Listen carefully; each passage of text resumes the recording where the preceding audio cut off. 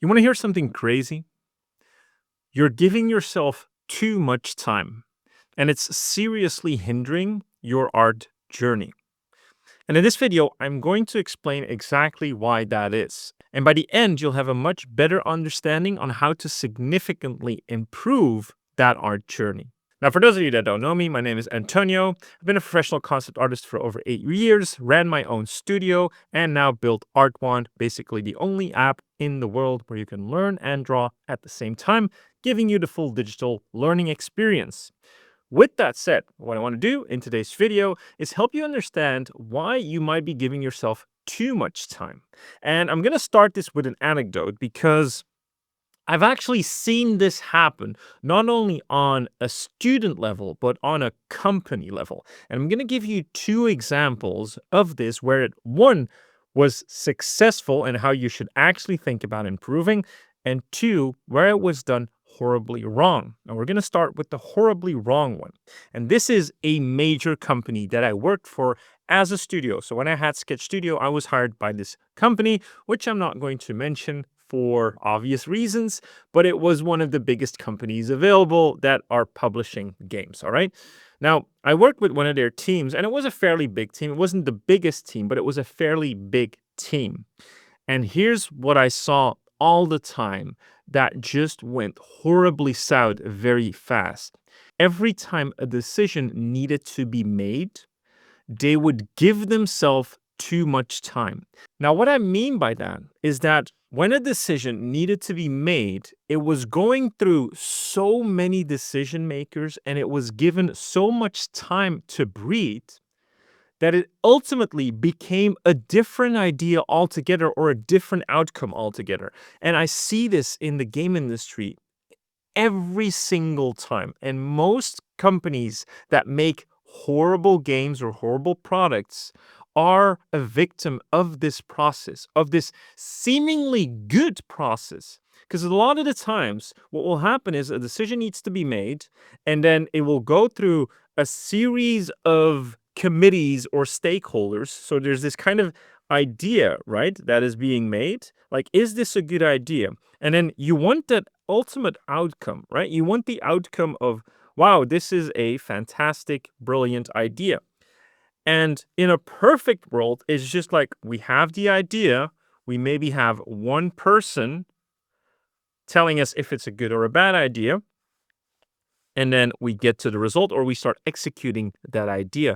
What happened in this team is that there was an idea, and then it needed to be pitched to the stakeholders in the company, and then it was outsourced to another company, and then it came back to other stakeholders in the company before it ultimately got put into production. And sometimes this was like 3 stops, 5 stops, 10 stops.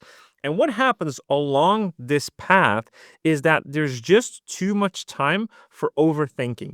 Every time a decision needs to be made, right? Overthinking happens. And with big companies like this, it's an extra big problem because not only is it overthinking in terms of the execution of the idea or the concept of the idea, but also the political nature of the idea, which is even worse, right? So overthinking happens left and right.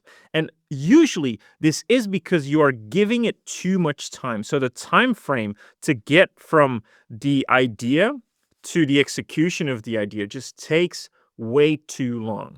And this ultimately killed the project. It killed the studio that worked for the big publisher. And all in all, nothing got done. In 3 years, almost nothing of the game got made. Not almost nothing got created. The only thing that they were doing was meeting. They were meeting 24/7. They were overthinking 24/7. Okay. Now, let's take that to a completely different company that I worked for, and I can name this company. It's called Red Sin, and it was just a board game. Well, not just a board game, it's a very successful board game. But the same thing happens. The same process happens. There is an idea, and that idea needs to be executed. However, this idea just had one stakeholder, the boss of the company. And every time the idea needed to get pitched, it got to him, and he gave it the green light. And that's it. That's how it worked. And because of that, because there was not that much time, or at least like there wasn't that many people that needed to think about the idea to greenlight it and to execute it, the time frame got shorter. Not only did the time frame get shorter, we even didn't have enough time, and this is important as well. We didn't have enough time to actually think about the concepts properly. And this might sound bad, but it's actually a very good thing because it avoids overthinking. And it reminds me of a quote from Leonard Bernstein, which is a famous composer. And he said, "To achieve great things, you only need two things. You need a plan and not quite enough time." And this is so true. You need not quite enough time and the ability to just keep moving to execute that plan. And so getting into it, getting to like your art journey, what I think is crucially important is that when you make a plan, right? You need a plan. You need a plan of execution. And in this case, I'm going to plug Artwod a little bit. Not that I don't do it enough, but I'm going to plug Artwod again. Is in Artwod, we have our learning roads, right? It's basically like these cool little notes and roads along the way where you can learn to draw, right? And each node represents a lesson.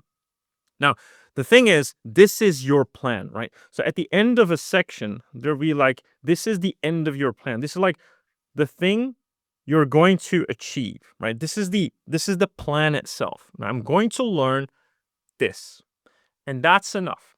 And along that path, you just have a core set of things that you're going to learn. Not everything. No room for overthinking. Just these things. And it's because of that, because you only focus on a small amount of things, like not too much, it prevents you from overthinking. And a lot of the times, a lot of you that are self-taught, or you want to teach yourself, or you want to learn, or you want to use all of the available resources online, don't get me wrong, you can do that perfectly if you want to. The problem with all of the resources online is that there's too much room for overthinking and distraction, meaning that you might make a plan, but you get distracted by other tutorials or other things. Or there might be opinions on how to draw a portrait from someone else that makes you overthink what you're doing. And it's not that opinions are bad or even advice from other artists are bad. I talk about this a lot. However, when you're moving towards a goal or to execute a concept, just work with what you have and give yourself just not quite enough time to get to it.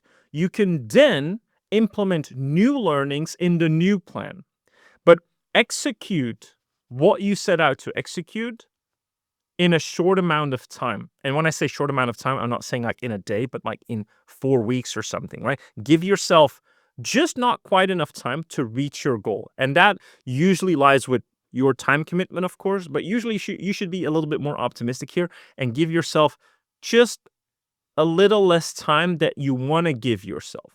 The reason for this is because it should motivate you to keep moving. It kind of reminds me of a quote from, I think it was Elon Musk, that said, if you give yourself 6 months to clean your house, it will take 6 months. However, if you give yourself 6 hours, it will take 6 hours. It might not be just as clean as the house you clean in 6 months. However, you did it in 6 hours. And that is what will help you actually keep moving, progress forward. This is the thing that actually makes you progressive, efficient. It makes you better. It makes you a better artist. It's like you keep moving, you keep applying things, which is another thing is a lot of your art journeys, even if we take it on this Artwod road scale level, a lot of your art journeys, what they look like is you do a little bit, right? So you execute a little bit and then you watch a lot, right? You watch a lot of distractions and then you execute a little bit.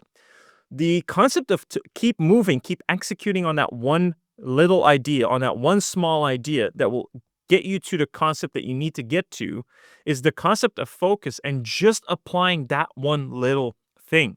So, for instance, if we want to get to a portrait, and in section 1 of the portrait, we just want to get to like a properly looking head with simplified facial features, right? That's the plan. We give ourselves not just not quite enough time to execute the plan. And the only thing we do in our journey towards it is learn a little bit, a core concept, and apply it a lot. So we keep moving. This has two benefits. One, we have the benefit of focus. And two, we have the benefit of like the snowball effect of learning faster because we're applying fast. And when you apply things instead of just binge watching information, which a lot of you are guilty of, instead of binge watching information, what you do is you gain a little bit of information and you apply it many, many times. And what that does is, like, let's say I want to learn more about how to draw the nose. And I'm like, okay, it's this kind of tilted box, right? This is your first concept of learning how to draw the nose. And then that's a small concept. And then you want to learn that concept in many angles. You want to learn even just how to draw that box like this, right? In this angle and in another angle and in another angle. So you're learning a concept, you're really pouring it into your long-term memory, right? It's by application. And you're just focused on that one simple concept, and it's moving you much faster towards your goal. And then you add a little bit of complexity, but just one single concept of complexity. Maybe it's, form combination like we do in our roadmap, right? Where it's, instead of just being a box, it's something that's more like a box with a sphere attached to it and bent boxes like this on the other side, right?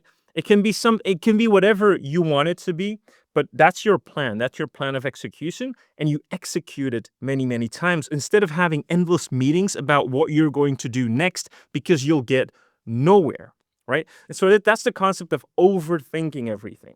When you allow too much time in between what you want to achieve and ultimately achieving it, if you allow too much time within that period, gives leeway to overthinking and criticizing yourself, right? In here with the company, that big company that I talk about, the overthinking happens by other people, right? There's leeway for other people, too many stakeholders, to come in and question what you're doing. However, do not forget and underestimate your own inner critic. Your own inner critic is there as well, and it will creep up from time to time. So if you give yourself too much time, like you're drawing these boxes, these boxes that represent a nose, let's say you give it like 5 weeks to do these boxes. I'm exaggerating, right? At some point, that inner critic will come in and be like, Antonio, this doesn't look like a nose at all, right? Is boxes even the way to go? Like, why are you wasting your time with these boxes? Like, you should be doing anatomy. Like, if you do anatomy, the nose looks much more like a nose. Like, what are you doing, man? Right? That's the inner critic that comes in because you're giving yourself too much leeway to think about this critically. And it's not good. It's not productive. There's nothing wrong with questioning from time to time what you need to do or how you need to progress. But that's the planning stage, right? But the planning stage should be short. And once you commit to a plan, commit to it and then apply it many, many times over and give yourself just not enough time to complete it. Just as a quick antidote to this, and I talked about it in previous videos, but I'm teaching myself to be a data analyst, just sheerly out of interest, and of course because it helps the business as well. However, I'm very interested in analytical stuff, and I wanted to do data analysis. Now, if I were to give myself way too much time to learn these concepts, because there are many, many that you can learn. There's statistics, there's SQL, there's Tableau or Power BI, there is Python. There's so many different things that you could be doing to learn data analysis that you get this sort of analysis paralysis, no pun intended, that you don't do anything, right? Or you give yourself too much time. So in 2 months now, I've learned everything I could, or as much as I could physically with the time I've allocated to it, about just Tableau and SQL. And that's all I focused on. And I didn't let myself think of like, oh, Antonio, you should be doing Excel as well. You should probably do statistics and you should probably be doing a bit of Python as well. No.